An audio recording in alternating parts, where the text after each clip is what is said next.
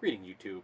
I recently saw a video that is supposed to be the canon list of 10 fastest characters in the DC universe.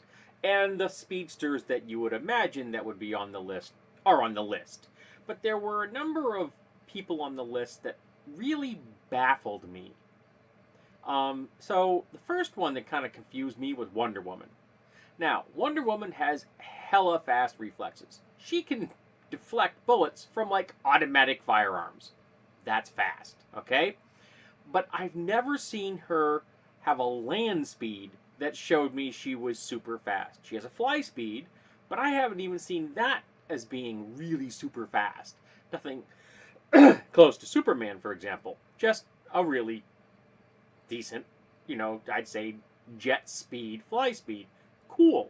But I've never seen anything in the comics or prior to this video to show me from an animated film or from the live action movies, the character's been in more than one, that would show that she is faster than, a top athlete, or maybe a couple of times faster than a top athlete. Because if she had super speed, she would have raced across the deathlands of World War One, wouldn't she have? And just ended the war right there and then. Because if you have super speed, that's a win button.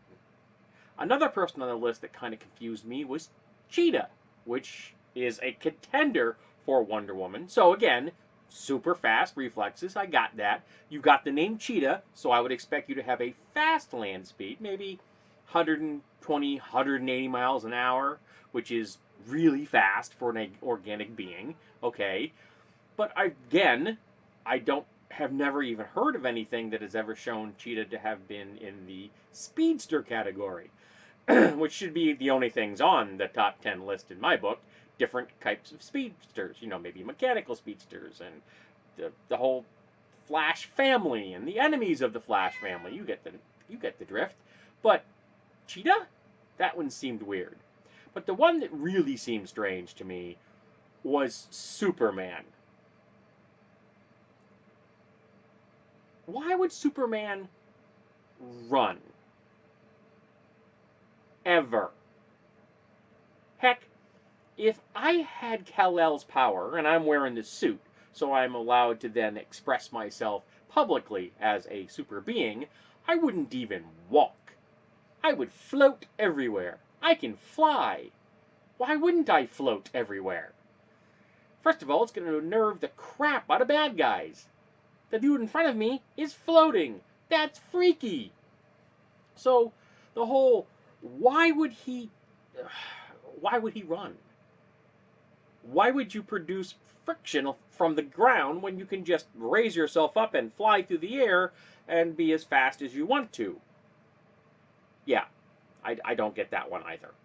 I mean, we have seen on many occasions that Superman can fly at incredible speed, zipping around the planet to do things in seconds that, take us mortal humans days to accomplish. That he has got, a speed up there with the speedsters when he's flying, but running? That makes no sense. Now, something I said earlier in this, which was being a speedster, tapping into the speed force in the DC universe, but just being a speedster, is a win button. Now, I've watched the first season of the Flash series and part of the second season. I have not finished the second season because I was so depressed after watching the first couple episodes of the second season. I'm like, oh, look it. They're going to go right back into another storyline where the enemy for the speedster is another speedster. Oh, no! Oh, look, the same actor is going to play the same character again after he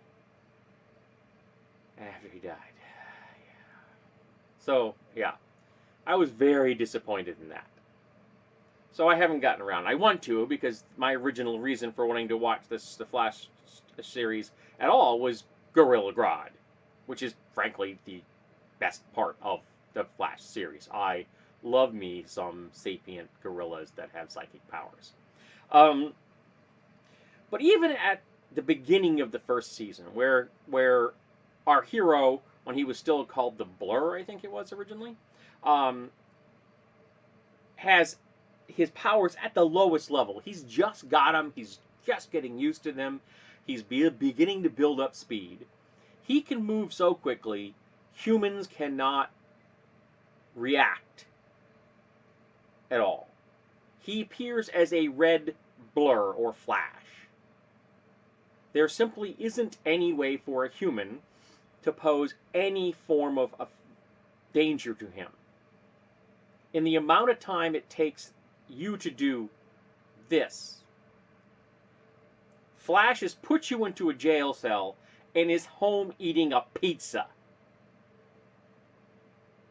You can't shoot him. I mean, there's one point where he's being shot at by Mr. Cold and the fire guy whose name escapes me.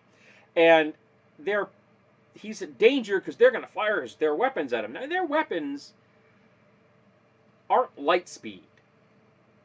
Okay? So they're not even lasers. And they're triggered with human reflexes. You can't react this fast. It's why a human cannot deliberately shoot a bullet out of the air.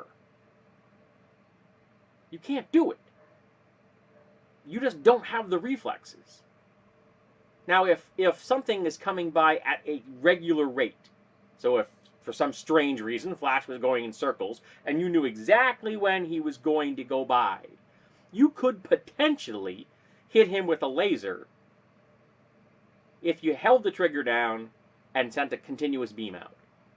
And if you had the best reflexes known to humanity, you might be able to hit him with the round if you had enough shots so you could figure out where your bullet is going to intersect him as he goes by. But if he's just moving at random, your bullets are standing still to him. You can't hit him. And unless you are a fellow speedster, you can't physically hurt him. But it doesn't mean that you can't give a challenge to Flash, because there's other ways of dealing with someone other than physical confrontations. And that's what you have to do. You have to create situations and villains who are going to be using abilities against him that he cannot counteract with his super speed.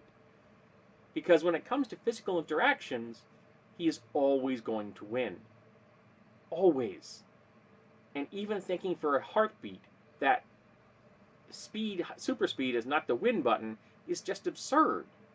It makes your writing look lazy if you come up with these convoluted means of showing how he can be defeated because some guy with a cold gun can freeze him.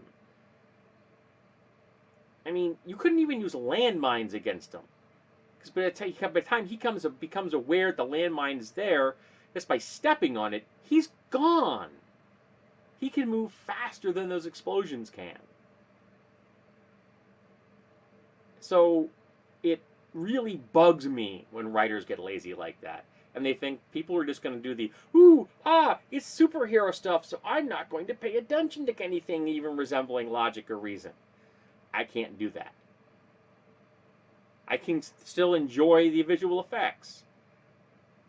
But if you present me with an ability, and you tell me the person can use that ability the same way all the time, then I expect you to defeat the guy by dealing with that, as opposed to just saying, well, it's this person can do this and this or some silly-ass excuse that violates what you have already established. Once you've established something, you have to be internally consistent. And too many times comic writers, particularly when it comes to television and films, are lazy because it's often hard to defeat the heroes they've created. But that's what makes them so freaking cool. So yeah, that list of canonical speedsters, if I remember correctly, I'll put the link I saw, the video I saw, is a little weird in my book. And I still think that super speed is a win button. And when writers get lazy and don't remember that super speed is a win button, it just gets kind of silly.